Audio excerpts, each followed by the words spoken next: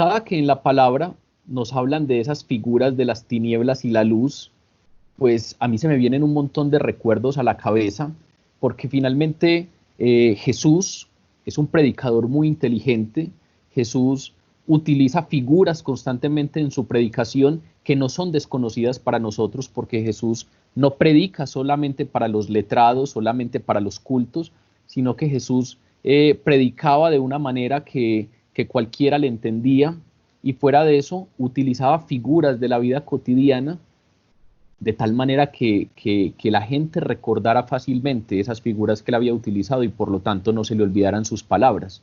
Entonces recuerden que Jesús habla de la oveja perdida, que en el contexto en el que él se desenvuelve muy probablemente es algo cotidiano, y Jesús habla de la semilla, y que la palabra de Dios es como la semilla que el evangelio de ayer, recuerden que nos hablaba de la buena semilla que cae, o la semilla que cae en buena tierra, o que cae entre los espigos, etc. Y todas estas son figuras que fácilmente los pastores, los agricultores podrían recordar. Hoy nos habla a través de una figura que, como les digo, al menos desde mi experiencia de la palabra, me trae muchos recuerdos.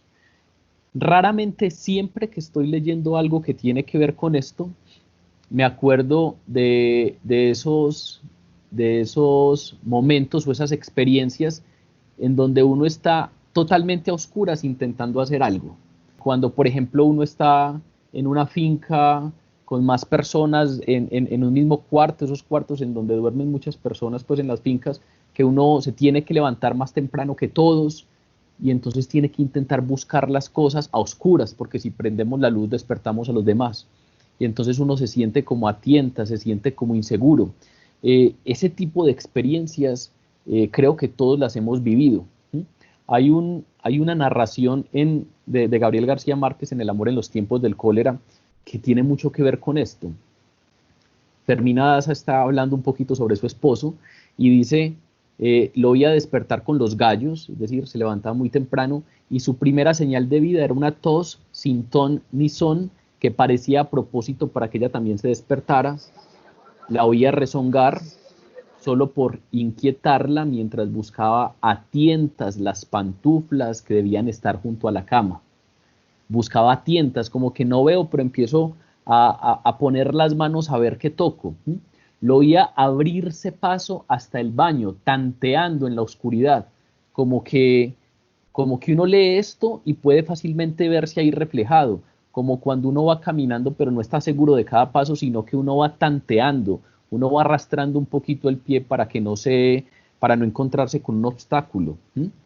Al cabo de una hora en el estudio, dice ella, cuando ya se había dormido de nuevo, lo oía regresar a vestirse, todavía sin encender la luz.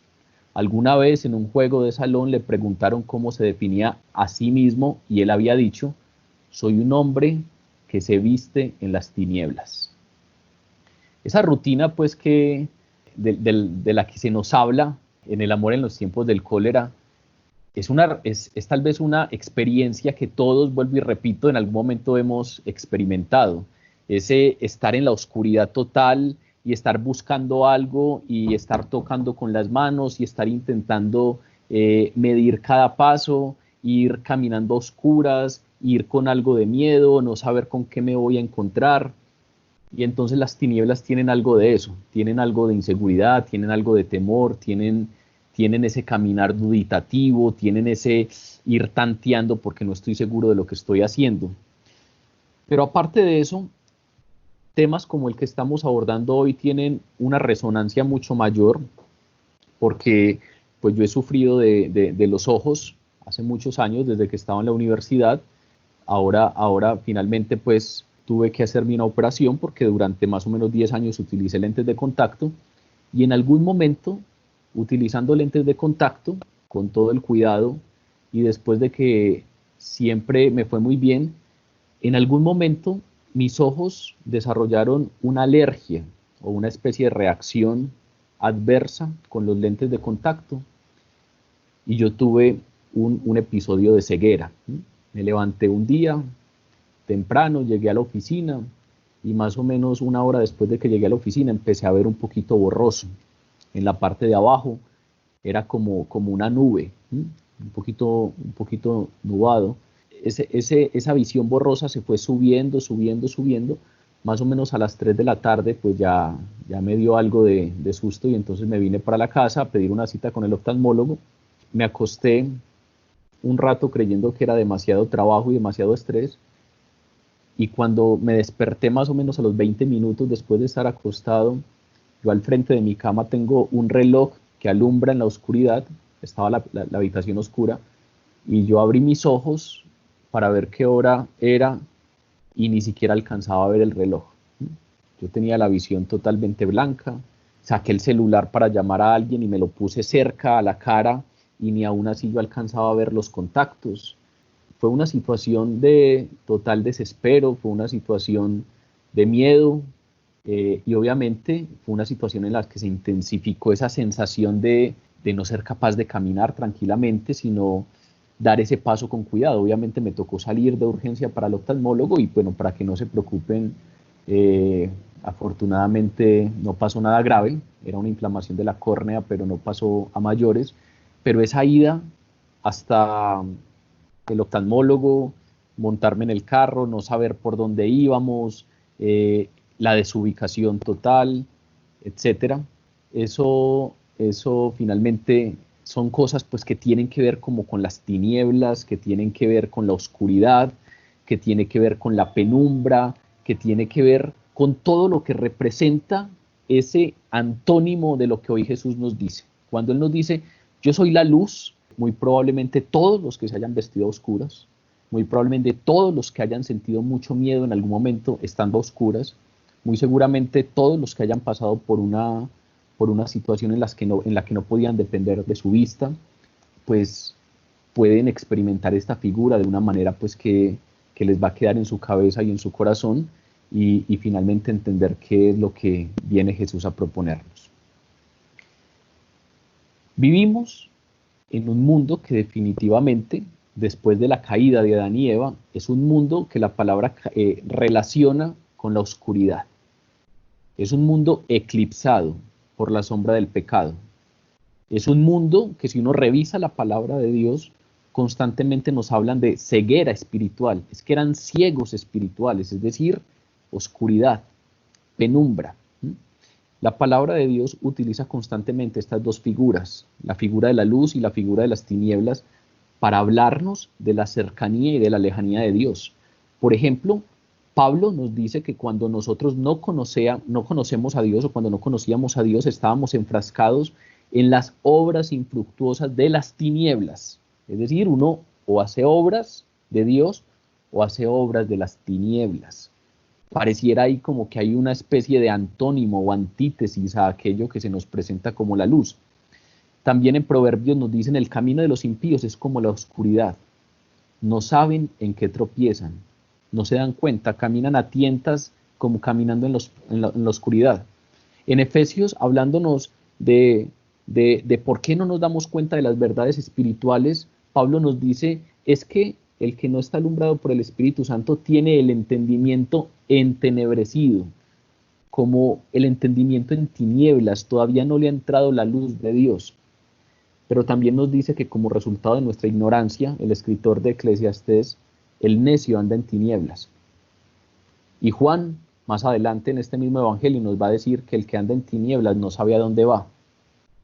Y Pablo en Primera de Tesalonicenses nos dice que nosotros somos hijos de la luz e hijos del día, porque ya creemos, y no de la noche ni de las tinieblas. Es decir, antes de que ustedes creyeran eran hijos de la noche, lo oscuro, eran hijos de las tinieblas, mientras que ahora están como hijos de la luz e hijos del día.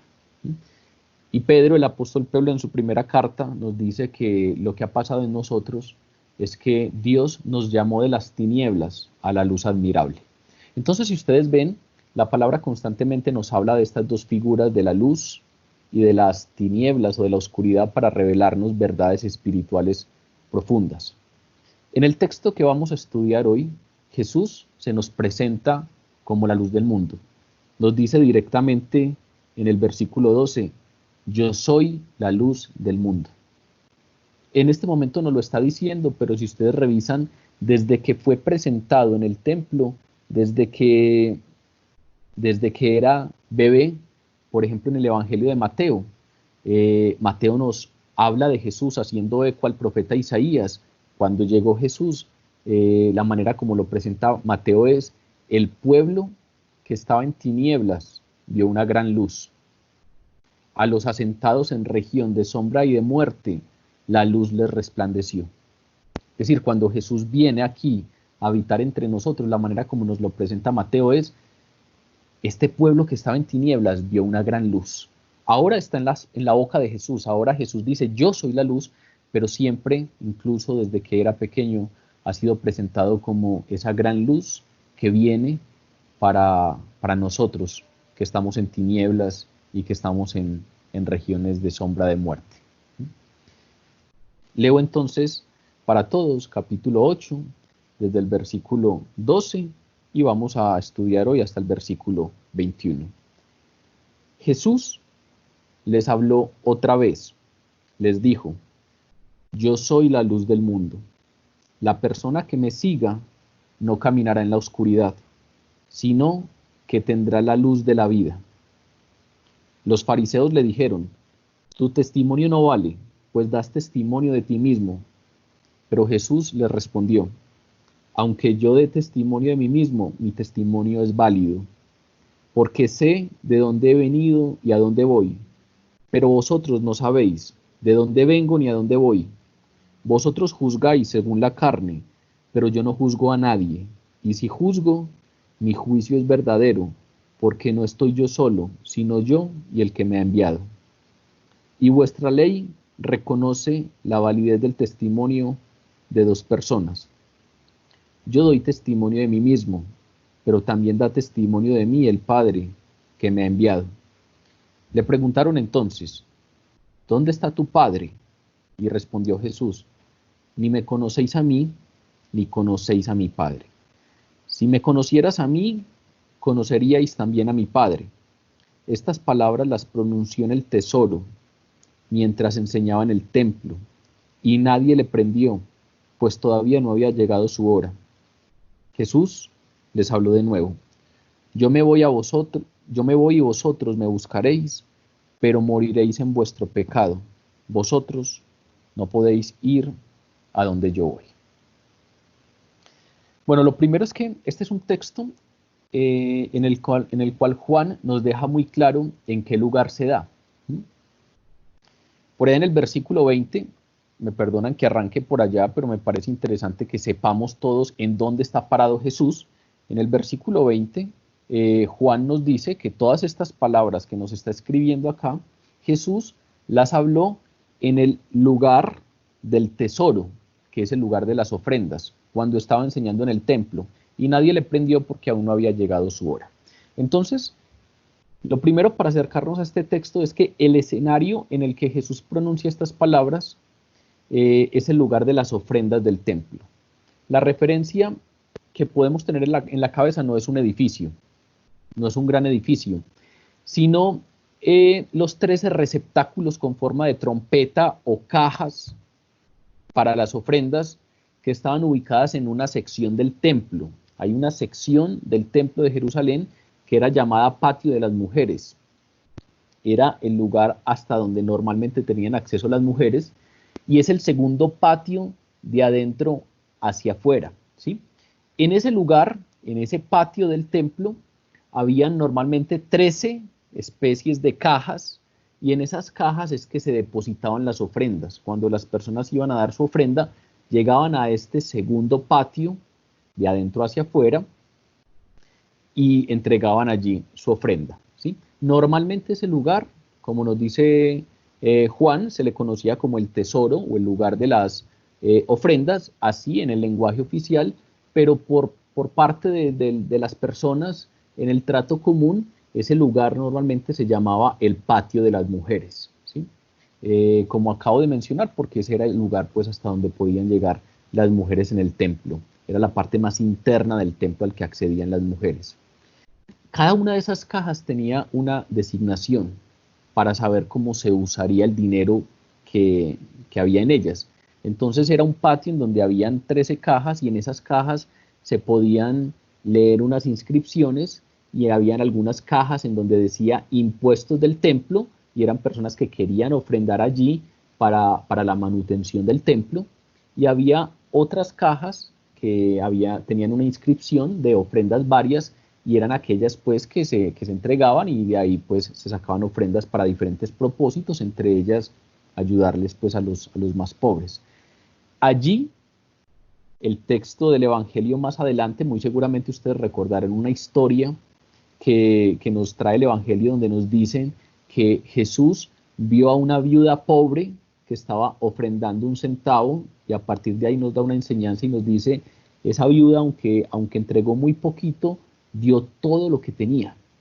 Esa viuda que muy seguramente ustedes recuerdan porque Jesús la toma como enseñanza, el lugar en el que Jesús vio a esa viuda dando esa ofrenda de un centavo o esa ofrenda pequeña, pero era todo lo que esa mujer tenía, era este mismo lugar.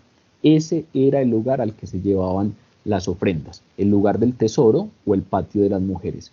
Es en ese lugar al que nos lleva Juan. Jesús está en ese lugar y es un lugar ideal para la enseñanza de Jesús porque era un lugar público, normalmente podía ir cualquier persona en patios más internos o en el patio que quedaba un poco más interno, no podían pasar sino algunos hombres, pero fuera de eso, a pesar, pues no solamente era muy público, sino que normalmente era muy ocupado. Entonces era un lugar concurrido, era un lugar donde podían ir todas las personas y entonces pues muy seguramente era un lugar adecuado para esa enseñanza. Fuera de eso, el Sanedrín, que era donde estaban las autoridades judías, recuerde que normalmente allí era donde se reunían los saduceos, el sumo sacerdote y las autoridades judías, se reunía ese Sanedrín en un salón muy cercano. Entonces muy seguramente desde donde está Jesús, casi que se puede escuchar desde el Sanedrín todo lo que él está predicando. Esa es la razón por la cual en el versículo 20 Juan nos dice, estas palabras las pronunció en el tesoro mientras enseñaba en el templo y nadie le prendió, nadie lo arrestó. Es como si a Juan le sorprendiera un poco cómo es que Jesús está predicando en ese lugar y nadie lo arrestó. La razón por la cual nos hace esta aclaración es precisamente porque este patio de las mujeres es muy cercano al Sanedrín. Entonces muy seguramente las autoridades judías, que ya sabemos por versículos atrás que hemos estudiado, que los fariseos y los saduceos estaban unidos queriendo arrestarlo, Jesús las está pronunciando en un lugar en donde todas esas autoridades judías seguramente lo están escuchando. Y por lo tanto Juan nos hace esa aclaración, pero nadie lo arrestó. ¿Por qué? Hace alusión a la soberanía divina, hace alusión al control soberano del Padre y hace alusión a que los enemigos de Jesús no podían hacerle daño sino hasta el momento señalado. Dios tiene todo bajo control, ejerce una soberanía total sobre la situación y aunque Jesús está allí predicando tan cerca del lugar donde se reúne el Sanedrín, Juan nos hace la nota, nadie pudo arrestarlo o prenderle porque aún no había llegado su hora. Entonces imagínense a Jesús allí, en ese lugar, en ese patio, y es ahí en donde hace una aseveración. La aseveración fuerte, ahora sí va yéndonos al versículo 12, es Jesús habló otra vez y les dijo, yo soy la luz del mundo, el que me sigue no andará en tinieblas, sino que tendrá la luz de la vida. Es muy interesante cómo arranca el versículo 12, porque vean que nos dice, Jesús habló otra vez. Ese otra vez, si ustedes se vienen leyendo el capítulo 7, la parte final del capítulo 7, se van a dar cuenta que el texto pareciera empatar con el versículo 52 del capítulo 7 y no con el 53, pues y todo el principio del capítulo 8. Entonces, es como si nos dijeran, después de que Jesús dijo que era una fuente de agua viva, después de eso habló otra vez allí en el templo y dijo lo siguiente, yo soy la luz del mundo y el que me sigue no andará en tinieblas, sino que tendrá la luz de la vida. El que me sigue no caminará en la oscuridad, sino que tendrá la luz de la vida. Esta, como les dije, es la segunda de esas 7 declaraciones del yo soy. Es esa segunda manifestación de una de sus facetas, de una de sus naturalezas, como las facetas de su naturaleza como Cristo y como Dios y su obra como Salvador. Nos está hablando entonces que es la luz. Y esa es una faceta, esa es una figura que Juan ya ha utilizado en otros momentos. Los que tuvimos la oportunidad de arrancar este estudio desde el capítulo 1, muy seguramente recordaremos que la manera inicial como Juan nos presenta a Jesús es hablándonos un poquito de la luz. Capítulo 1 de Juan, de los versículos 1 al 4, nos dice: en el principio era el verbo, y el verbo era con Dios, y el verbo era Dios. Este era en el principio con Dios. Todas las cosas por Él fueron hechas, y sin Él nada de lo que fue hecho, de lo que ha sido hecho, fue hecho. En Él estaba la vida, y la vida era la luz de los hombres. La luz en las tinieblas resplandece, y las tinieblas no prevalecieron contra ella. Vean que la primera presentación que nos hace Juan, el evangelista, es hablándonos de la venida de Jesús, dándonos claridades de que ese no es un hombre cualquiera, sino que es Dios mismo. En el primero era el verbo, y el verbo era con Dios, y el verbo era Dios. Y la segunda característica que le interesa a Juan compartirnos es: en Él estaba la vida, y la vida era la luz de los hombres. La luz en las tinieblas resplandece, y las tinieblas no prevalecieron contra ella. Pero luego, en esa descripción que nos va haciendo Juan, nos va a hablar de Juan el Bautista. Y ahí vuelve y nos habla de que Jesús es la luz. Nos dice: hubo un hombre enviado por Dios, el cual se llamaba Juan, se refiere al Bautista. Este vino por testimonio, para que diese testimonio de la luz, a fin de que todos creyesen en él. No era él la luz, Juan no era la luz, sino que vino para que diese testimonio de la luz. Aquella luz verdadera que alumbra a todo hombre venía a este mundo. Entonces vean que es muy interesante que en la teología juanina esa figura de la luz frente a la oscuridad es muy fuerte. La descripción inicial para Jesús, para Juan, introducirnos a Jesús en su evangelio, tiene que ver con esa confrontación o esa relación antitética que hay entre las tinieblas y la luz, y que este mundo estaba en oscuridad y en tiniebla absoluta por la caída y por nuestra ceguera espiritual, pero vino la luz, vino a alumbrar a todo hombre. Aquella luz verdadera que alumbra a todo hombre venía a este mundo. Y así nos vamos a dar cuenta que sigue Juan mostrándonos sus relatos. Todos muy seguramente conocemos que el mismo escritor de este evangelio que estamos estudiando es el escritor del Apocalipsis, y por allá al final del Apocalipsis, cuando Juan nos está mostrando la revelación que Dios le dio acerca del final de los tiempos, en el capítulo 21 del Apocalipsis, cuando nos hablan de la Nueva Jerusalén, Juan nos dice: esta ciudad, la Nueva Jerusalén, no tiene necesidad de sol ni de luna que brille en ella. No necesita ni sol ni luna, porque la gloria de Dios la ilumina, y el Cordero es su lumbrera. El Cordero de Dios, es decir, Jesús, es su lumbrera.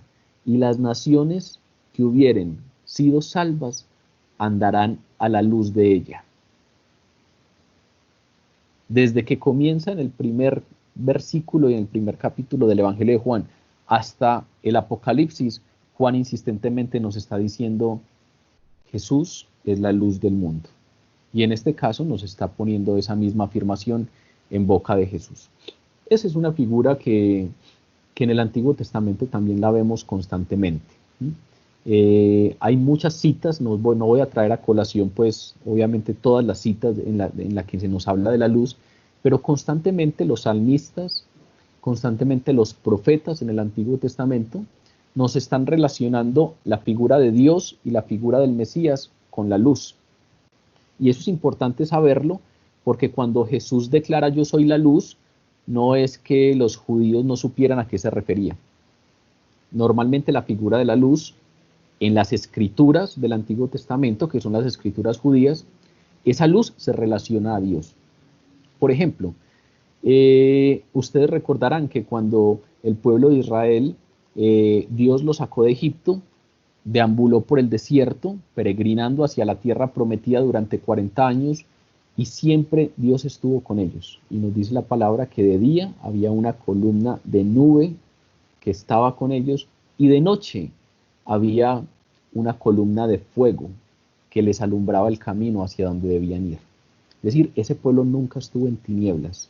Cuando estaba de noche en el desierto, había una columna de fuego que iluminaba. Y esa era constantemente la presencia de Dios con ellos. Entonces, esa figura de la luz no era ajena para los judíos. Era algo que les relacionaba la presencia divina. David en el Salmo 27, por ejemplo, nos dice: el Señor es mi luz y mi salvación. ¿A quién temeré? El Señor es mi luz y mi salvación. Luego en el Salmo 36 dice algo como: porque yo estoy contigo y en ti está el manantial de la vida. En tu luz veremos luz. Esa figura de la luz constantemente está ahí relacionada con Dios y con el Mesías.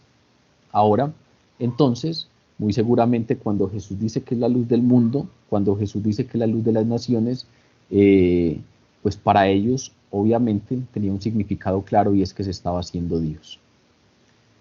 Lo primero que nos dice entonces este versículo es que Jesús es la luz, que Jesús es la única luz del mundo, que Jesús es el que trae la luz de la salvación a un mundo que está maldito por el pecado, maldito en términos de separación de Dios, un mundo que separado de Dios está en tinieblas. Este primer versículo nos está diciendo que Jesús es la luz de la verdad en medio de la oscuridad de la falsedad.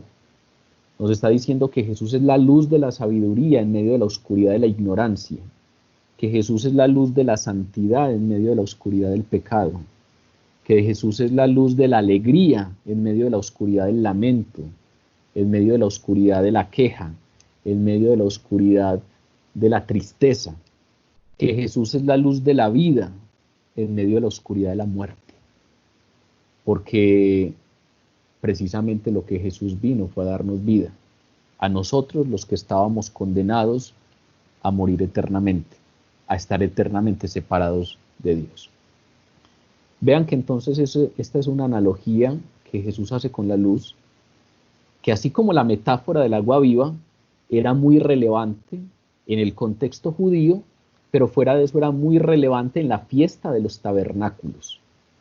Recuerden que estamos en el contexto de la fiesta de los tabernáculos. Desde que comenzó el capítulo 7, Jesús va a Jerusalén a celebrar la fiesta de los tabernáculos, y recuerden que en esa fiesta de los tabernáculos, lo que se llama así, la fiesta de los tabernáculos o de las carpas, porque lo que se está haciendo es conmemorar aquel tiempo en que ellos vivían en carpas, o que sus antepasados vivían en carpas, cuando fueron sacados por Dios de Egipto y les tocó vivir en el desierto. En el desierto ellos, siendo nómadas, vivían en carpas, para conmemorar todo ese tiempo en el que Dios los guió por el desierto hacia la tierra prometida.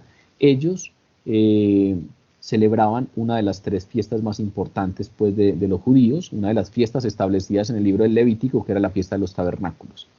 En esa fiesta habían varias ceremonias. Hace 2 semanas estudiamos la ceremonia del agua, la ceremonia de verter el agua, la ceremonia en donde el sumo sacerdote iba hasta el estanque de Siloé y sacaba agua, y venían todos en procesión y la llevaban hasta el templo, y allí se tocaba el shofar, y bueno, todo esto que ya estudiamos, y que en ese contexto de la ceremonia del agua es que Jesús dice: yo soy el agua, la fuente de agua viva. Ahora, hay otra ceremonia en la fiesta de los tabernáculos que se contrapone un poco a este asunto de verter el agua, y es la ceremonia de alumbrar con lámparas. Allí, ese mismo patio, el patio de las mujeres en donde Jesús estaba hablando, ese mismo patio en la fiesta de los tabernáculos se alumbraba con 4 grandes candelabros, y eso lograba iluminar el cielo nocturno. Imagínense la escena: 4 grandes candelabros en medio de un cielo totalmente oscuro, lograban dar cierto reflejo luminoso a ese cielo oscuro.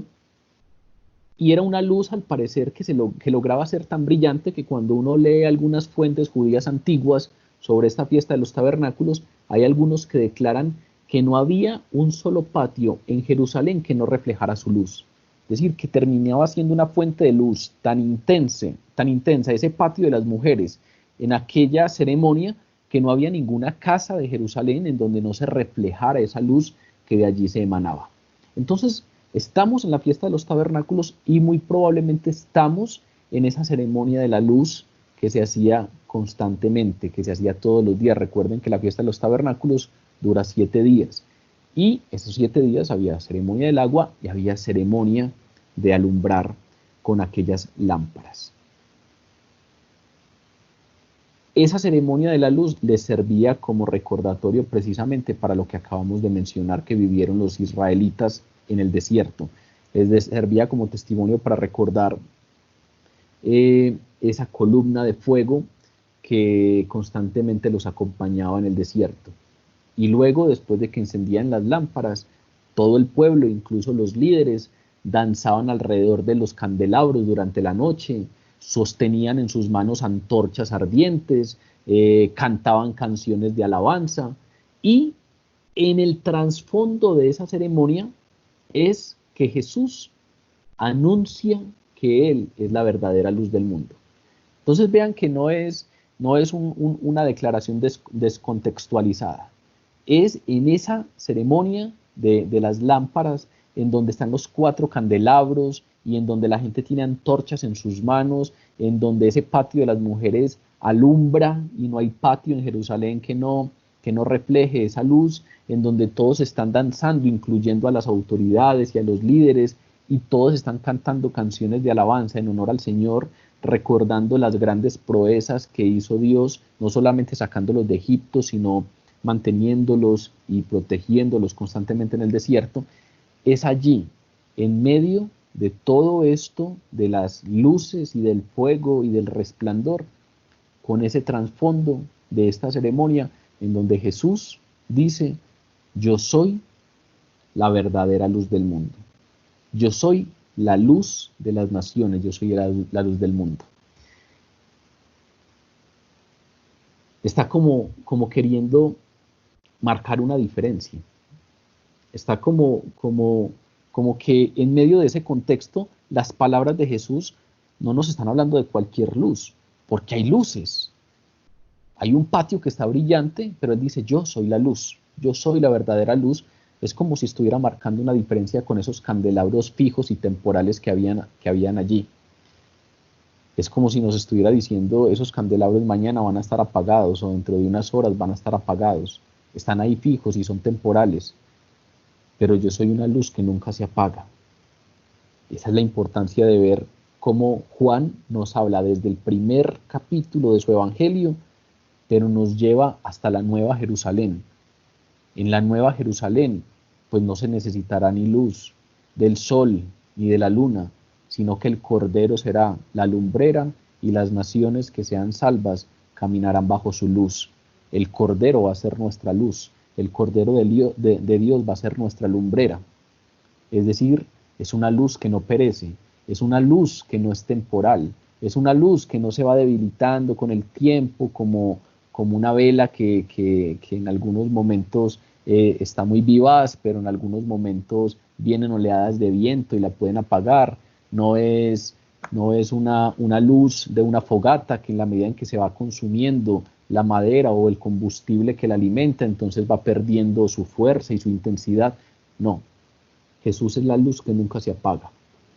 Pero aparte de eso, nos dice Juan que la declaración de Jesús dejó muy claro que no es una luz solamente para ser apreciada, así como todos estaban apreciando la luz que irradiaba ese patio, porque lo segundo que nos dice Jesús es acerca del seguimiento.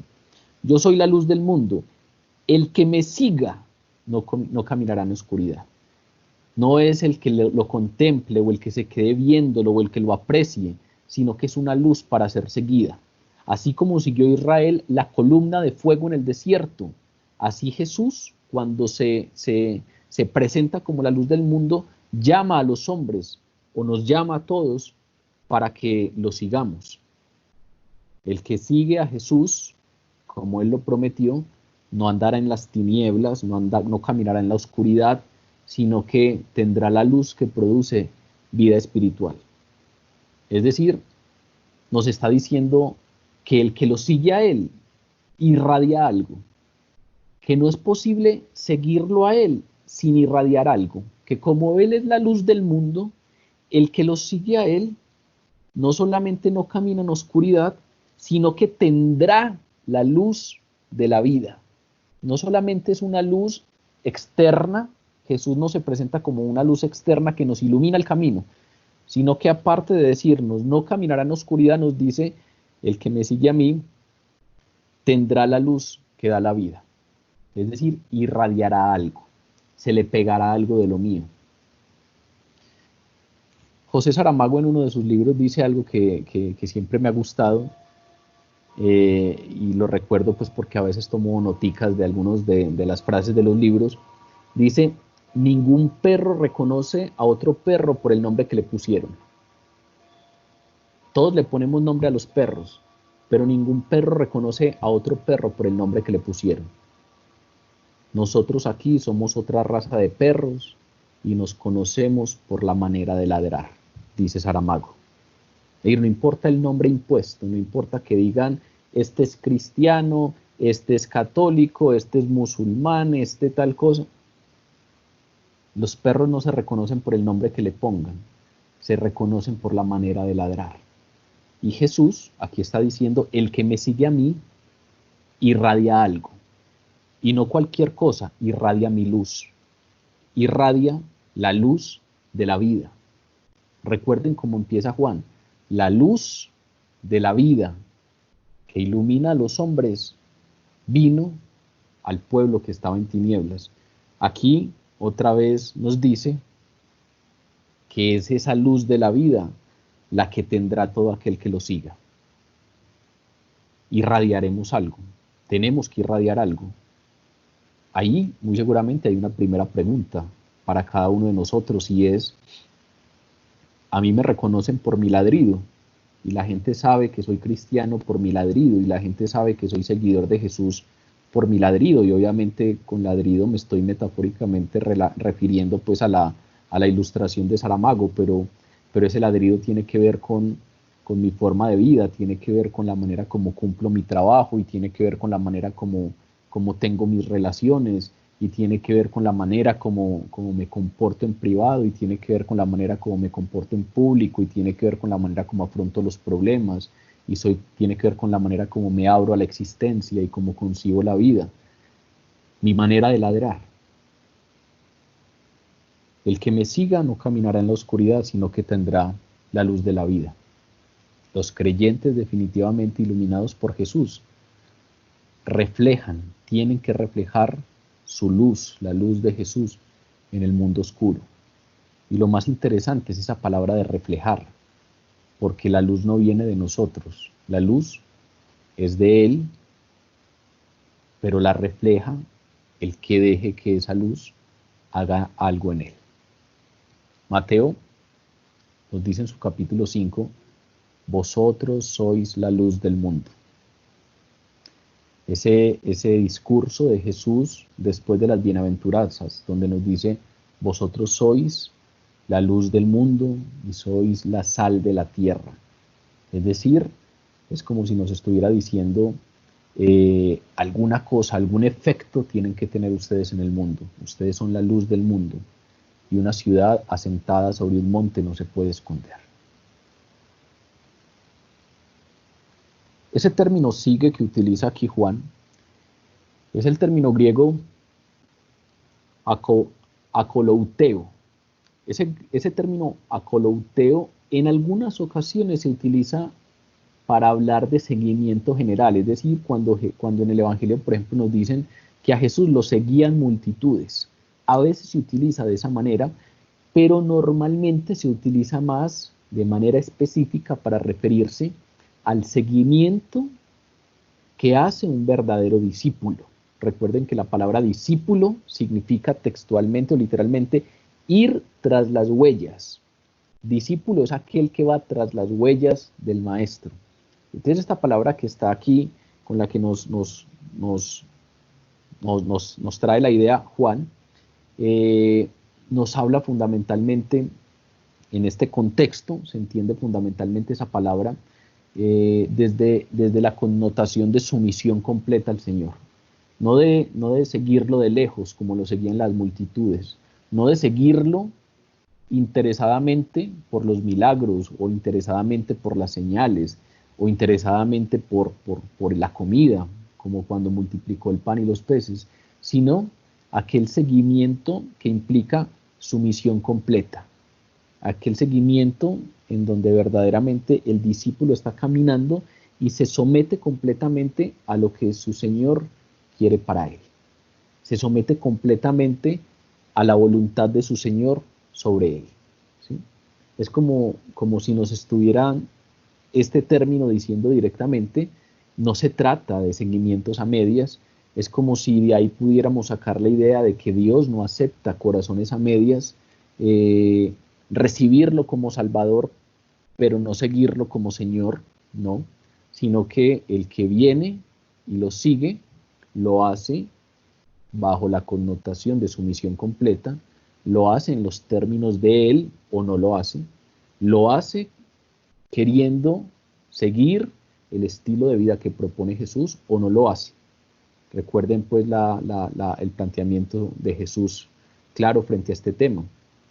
Si alguno quiere venir en pos de mí, niéguese a sí mismo, tome su cruz cada día y sígame. Parta de una negación, a sí mismo tome su cruz y sígame. Y yo sé que todo esto, pues, en este contexto, obviamente es un contexto de radicalidad, puede parecer difícil, pero lo más interesante es que el contexto general sobre el cual se está desarrollando la idea es el contexto de la luz versus la oscuridad. Y sin importar lo radical o lo difícil que parezca esa radicalidad en el seguimiento a Jesús, siempre ese seguir a Cristo en este contexto está siendo ilustrado a partir del caminar en la luz. Y por eso me interesó comenzar queriendo que ustedes recordaran esos momentos en donde estaban caminando en tinieblas. Y no me refería a una metáfora espiritual, me refiero a que recuerden literalmente cuando les ha tocado levantarse a las 3 de la mañana y vestirse a oscuras y buscar los zapatos a oscuras o buscar por ahí las chanclas para ir al baño. Esos momentos en donde uno camina con miedo, camina despacio, le rinde menos, está más azorado de la cuenta, cualquier barullo o cualquier pequeño ruido lo inquieta a uno, lo asusta a uno. Entonces, por difícil que parezca esa radicalidad en el seguimiento, en este contexto nos lo están ilustrando como el caminar en la luz. Y eso es mucho mejor e incluso mucho más fácil que dar tumbos en la oscuridad. Sigue el texto diciéndonos, los fariseos le dijeron, la respuesta de los fariseos fue, tú das testimonio acerca de ti mismo, tu testimonio no vale, pues das testimonio de ti mismo. ¿Esta respuesta a qué se debe? Esta respuesta se debe pues a que, como era de esperar, los fariseos pues reaccionaron de modo negativo a esta afirmación de Jesús, y vean que esta manera de reaccionar es porque ellos tenían muy claro qué significaba la luz.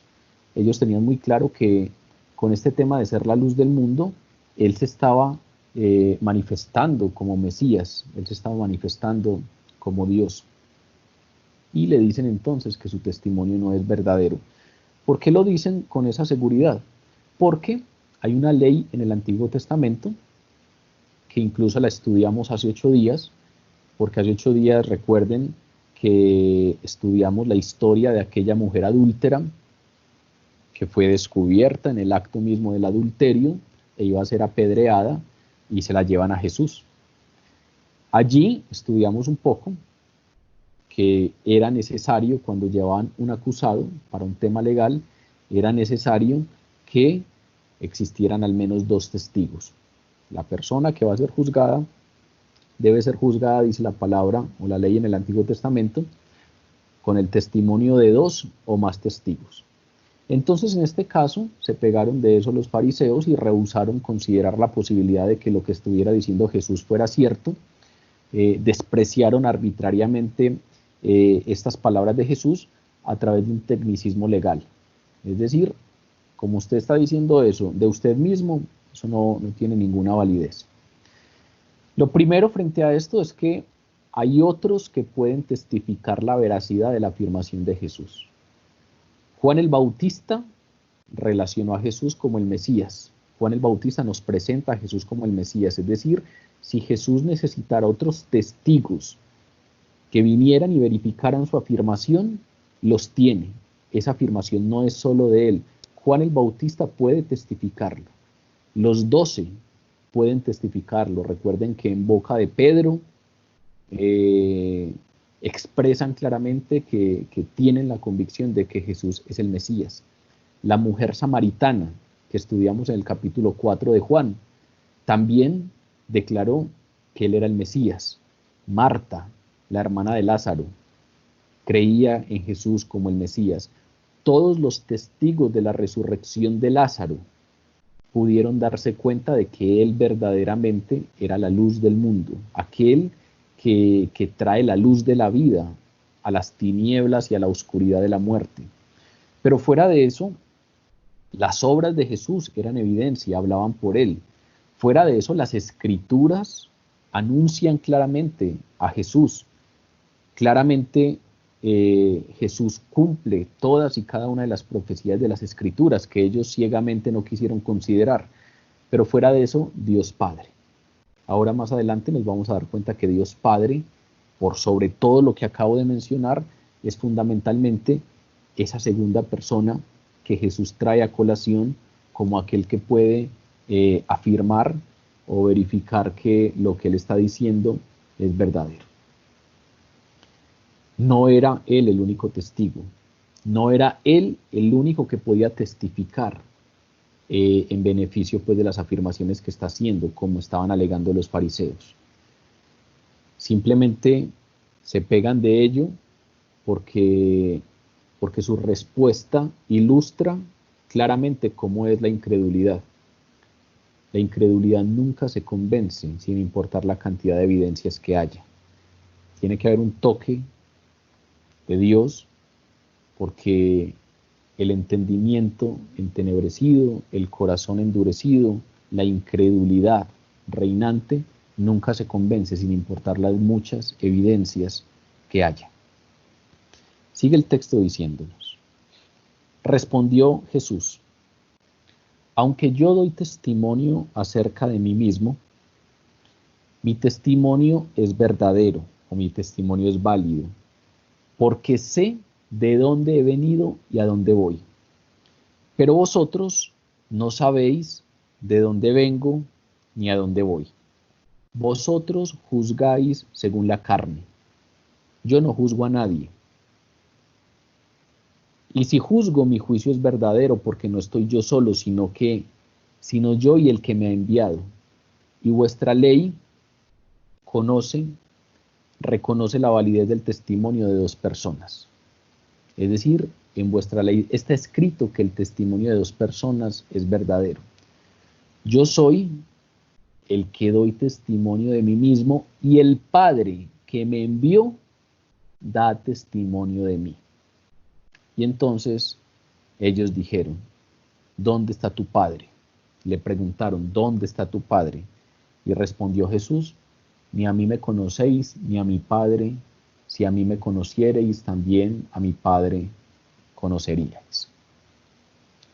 En respuesta a ese asunto del único testigo, de que su testimonio no es verdadero porque habla en nombre propio, hay solo un testigo, Jesús les dijo: primero que todo, aunque yo doy testimonio acerca de mí mismo, mi testimonio es verdadero. Obviamente el testimonio de una persona puede ser cierto, aun si nadie más lo corrobora. La ley no está diciendo que lo que diga una persona no es cierto si nadie lo corrobora, no. Esa exigencia de 2 o más testigos pretendía establecer la verdad en una corte legal, sobre todo cuando se está poniendo en juego la vida de una persona, sobre todo cuando el testimonio en contra de una persona muy seguramente conduce a que haya una ejecución, a que sea lapidado. En esos contextos, o en los contextos en donde bajo juramento habría que establecer cuál de las dos personas está diciendo la verdad, ahí en el contexto de una corte legal se pretendía o había una exigencia relacionada con el testimonio de dos o más testigos, lo cual no quiere decir que lo que diga una sola persona y no sea corroborado por otras no sea verdad. Lo que dijo Jesús, aunque lo diga él mismo y a nombre propio, es la verdad en su completa perfección, porque nosotros sabemos que es Dios verdadero. Entonces lo primero es, desde ahí ya podríamos poder entender la verdad.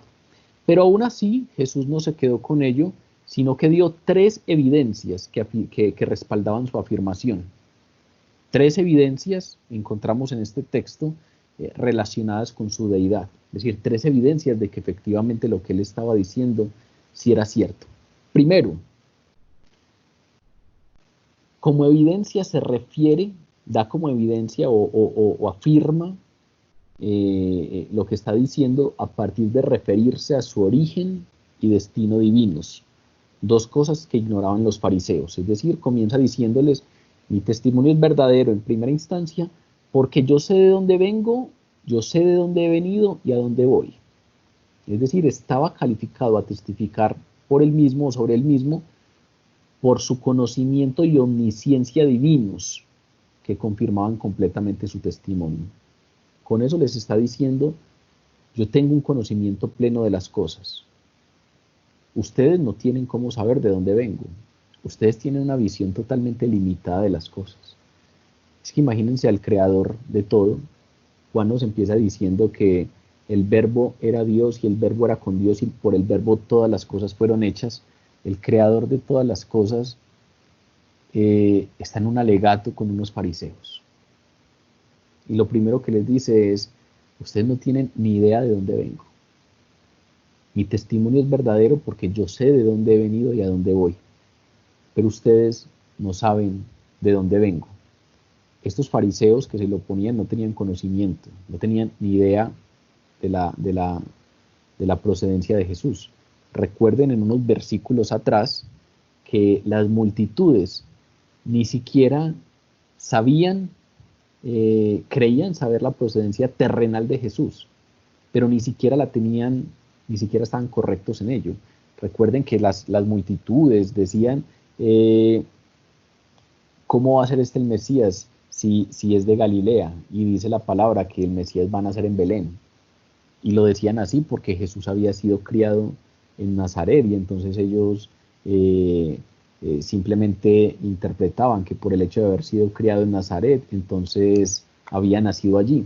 No tenían ni siquiera claridad frente al origen terrenal de Jesús, pues ahora mucho menos podían hablar del origen celestial de Jesús. Entonces lo primero que hace Jesús es ponerles en evidencia al respecto del poco conocimiento que tenían ellos y que tenemos nosotros frente a las cosas, en comparación pues con la visión inmensa que tiene el Creador mismo de todas las cosas. Pero lo segundo es que pone en evidencia su ignorancia cuando dice, ustedes juzgan según la carne. ¿Qué está diciendo con eso? Está diciendo, el juicio de ustedes es de acuerdo con normas terrenales.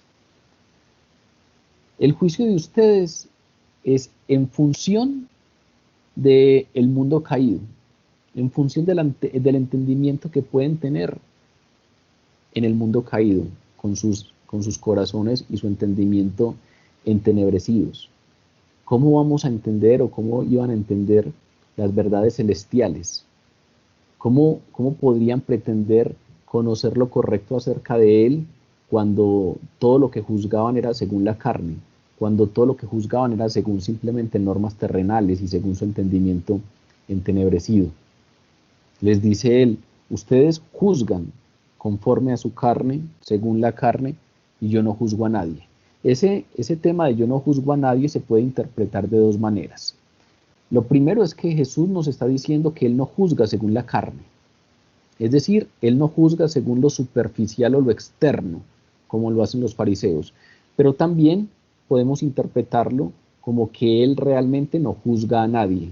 Es decir, en el sentido de la palabra de que Dios no envió a su Hijo al mundo para condenar al mundo, sino para que el mundo sea salvo por Él. Jesús no vino a juzgar y a condenar al mundo, sino a que sea salvo. Obviamente, esa interpretación hay que tenerla muy clara, y es que es una interpretación en el presente. Por eso a esto que estamos viviendo en este momento le llamamos el tiempo de gracia. A veces cuando la gente dice, ¿por qué tarda tanto la segunda venida? La palabra nos dice que la segunda venida se dilata un poco en el tiempo por la gracia de Dios, porque Dios está esperando para que su pueblo se convierta. Es decir, estamos en el presente, en lo que llamamos tiempo de gracia. Pero apenas termine ese tiempo de gracia y venga Jesús por segunda vez, todos sabemos que Jesús sí juzgará. En el futuro Jesús sí juzgará, y aquí en Juan lo estudiamos por ahí en el capítulo 3, en donde nos revelaban que el Padre a nadie juzga, sino que todo el juicio se lo dio al Hijo. Es decir, el juicio lo va a hacer Jesús. Entonces, cuando Jesús dice aquí yo no juzgo a nadie, obviamente nos está hablando también de un tiempo de gracia en el cual tenemos que aprovecharlo para caer a sus pies y entregarle nuestra vida, porque llegará el momento en el que Él sí juzgará. ¿Qué pasa en ese momento con los creyentes? Pues tenemos una condición maravillosa, y es que Jesús va a ser nuestro juez, pero Jesús va a ser nuestro abogado. Nos dice la palabra que Jesús es nuestro abogado, de tal manera pues que podemos entrar confiadamente a ese momento, sabiendo que Jesús nos justificará, no por nuestras obras, sino que nos justificará por su sacrificio en la cruz del Calvario y por lo que Él hizo por cada uno de nosotros. Entonces, lo primero que hace Jesús para respaldar su afirmación de que Él es la luz del mundo es hablar de su origen y su destino divino, pero eso es lo primero. Pero lo segundo que hace es basarse en la naturaleza divina y decir que en esa naturaleza divina Él es partícipe con el Padre. Es decir, a reglón seguido nos dice, y si yo juzgo, mi juicio es verdadero. Mi juicio no es según las apariencias, mi juicio es verdadero, porque no solo soy yo quien juzgo, sino que soy yo y el Padre que me envió. Es decir, está diciendo, si ustedes necesitan un testimonio verídico, con 2 personas al menos, pues resulta que mi testimonio es verídico, porque en la naturaleza divina comparto esa naturaleza con el Padre. Y cada que yo doy un juicio, ese juicio no viene de mi parte solamente, sino que hay una armonía total entre Jesús y el Padre. Y entonces cuando yo juzgo algo, ese juicio es verdadero, y es un juicio que no es solo mío, sino que es el juicio también del Padre que me envió, porque somos uno solo. Su testimonio es verdadero porque Él tiene la misma naturaleza del Dios vivo y verdadero. Y lo tercero que utiliza Jesús para reafirmar su afirmación de ser la luz del mundo es refutar ese alegato de que Él era el único testigo. Esto tiene que ver con la segunda que acabo de mencionar. No solamente dice, todo mi juicio y todo lo que yo juzgo es verdadero porque comparto la naturaleza del Padre, sino que está diciendo, en esa ley, vuelvo y repito, esa ley en donde se establece que tienen que haber al menos 2 testigos, pues ahí está. Yo puedo aportar 2 testigos. Yo puedo venir y traer otro testigo que es el Padre. Obviamente estas cosas, pues no, como era evidente, pues no satisfacen a los fariseos, y entonces le preguntan en términos muy humanos, ¿dónde está tu Padre? Es como si le estuvieran pidiendo ver a José. Ya le habían dicho anteriormente, ¿cómo puedes tú decir que vienes de arriba, que vienes del cielo, si nosotros conocemos a tu Padre y nosotros conocemos a tu madre? En ese mismo contexto le están diciendo, ¿dónde está tu Padre? Nosotros lo conocemos, ¿dónde está Él? Pues obviamente estaban relacionando a José, le pedían ver a José, quien muy seguramente estaba muerto en ese momento, y querían verle para probar que Jesús tenía un Padre terrenal y no un Padre celestial como afirmaba. La respuesta de Jesús fue directa. A mí no me conocéis, ni a mí me conocéis, ni a mi Padre conocéis. porque si me conocierais a mí, también a mi Padre conoceríais. Es decir, solo con el hecho de cómo pensaban, estaban probando claramente que no conocían al Padre. No conocen a mi Padre y tampoco me conocen a mí. Esa verdad es muy clara y nos la da Mateo, en el Evangelio de Mateo está claramente en el versículo 11 y nos dice: nadie conoce al Hijo sino al Padre, ni al Padre conoce a alguno sino el Hijo, y aquel a quien el Hijo lo quiera revelar. Es decir, no hay forma de conocer al Padre si no es a través del Hijo. No hay forma de conocer a Dios Padre si no es a través del Hijo. Y estos fariseos se enorgullecen de conocerlo. Estos fariseos se enorgullecen por ser maestros de la ley y se enorgullecen por ser los que más conocen a Dios Padre, pero en realidad eran ignorantes espirituales. En realidad estaban ciegos. En realidad estaban en tinieblas. Como esa escena que les conté ahora, cuando no pude ver, porque es muy probable que alguien se vaya acostumbrando a esa situación, pero obviamente yo, que no estoy acostumbrado, en ese momento no podía ver nada y por lo tanto no podía afirmar nada, no sabía dónde estaba, no sabía nada, sentía inseguridad frente a todo. Ese más o menos es el estado de estos fariseos, y aún estando así, se enorgullecían de ser los que más sabían. Y eso es lo que nos pasa muchas veces a nosotros. Conocemos un poquitico y nos enorgullecemos en vez de venir a la presencia del Señor con humildad por todo lo que Él nos tiene preparados. Recuerden que dice la palabra: cosas que ojo no ha visto ni oído ha oído son las que tiene preparadas Dios para todos aquellos que le aman. Estos eran ciegos espirituales y se enorgullecían de conocer al Padre. Y Jesús les responde directamente: ni a mí me conocen ni conocen a Dios. Creen conocerlo, pero no tienen ni idea. Porque solamente conoce al Padre, el Hijo, y aquel a quien Él quiera darlo a conocer. Finalmente, les dice Jesús: yo me voy y me buscaréis, pero en vuestro pecado moriréis. A donde yo voy, vosotros no podéis venir. Esta es la segunda vez que Jesús hace esta afirmación. En el capítulo 7, en el versículo 33 y 34, ya Jesús había advertido a la multitud. Les había dicho: todavía un poco de tiempo estaré con ustedes, y luego iré al que me envió. Ustedes me buscarán, pero no me hallarán. Y a donde yo estaré, ustedes no pueden venir. Por ahora, cuando estudiamos ese texto, nos dimos cuenta que después le dice a Pedro que no pueden ir por ahora, pero que después los que creamos en él iremos. Pero ya entonces anteriormente le había dicho a la multitud que él estará un tiempo y después irá al que lo envió y que lo buscaremos y no lo hallaremos, y donde él esté, estos no podrán ir. Aquí les volvió a decir lo mismo. Aquí les volvió a decir que se iba. Obviamente este anuncio hace referencia a su muerte, a su resurrección y a su ascensión, a su vuelta al Padre. Iré al que me envió. Yo me voy y me buscaréis, pero en vuestro pecado moriréis, y a donde yo voy vosotros no podéis venir. Ya anteriormente había dicho: yo voy al Padre. Está haciendo referencia a su muerte, a su resurrección y a su ascensión al cielo. Pero esta vez añadió algo. A diferencia de la vez pasada, a diferencia de lo que había dicho en el capítulo 7, esta vez añadió algo. Añadió que quien lo rechazara moriría en su pecado. Ustedes, a donde yo voy, yo me voy y ustedes me buscarán, pero en vuestro pecado moriréis. Es decir, esta vez añade: todo el que me esté rechazando, como lo están rechazando ellos, morirán en su pecado. Todo el que me rechaza morirá en su pecado y no estará conmigo en la presencia del Padre y en la gloria del cielo. Aquí entonces dice tajantemente: yo me voy, pero allí a donde yo voy solamente podrán seguirme los que me acepten.